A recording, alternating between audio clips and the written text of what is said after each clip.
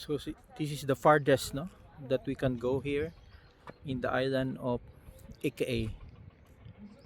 Tingnan nyo sa mapa kung saan kami nakapunta. Sobrang layo na talaga to, no? So tingnan how far, Frontier Island. This is already facing the Pacific. Practically wala masyadong tao. Very nice. Ang ganda nga maligo dito, no? Kaso walang mga turista nga. So, facing the Pacific na. Dito kami nagpark. Next stop over yung mga tourist. So this is final day of road trip. Not only in the mainland Okinawa Island, but also yung mga nearby areas, no? Frontier areas.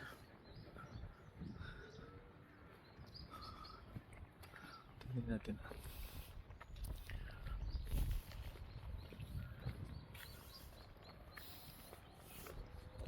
These are patrol boats ba?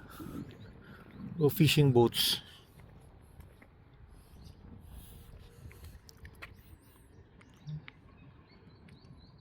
Most likely also patrol boats.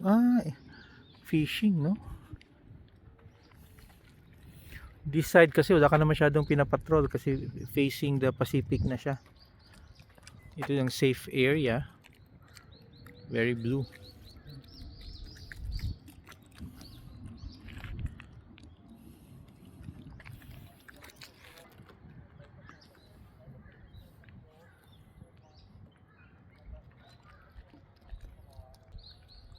So babalik kami ng Miyagi, then enter into another island before finally going back to yung mainland na Okinawa. So very developed na rin yung mga bridges connecting these major islands sa Okinawa na chain. So when you say Okinawa na group, these are group of islands. Yung main island is what they call Okinawa. Then may mga islands or islets palibot, no, sa mainland na Okinawa Island. May sandali. Here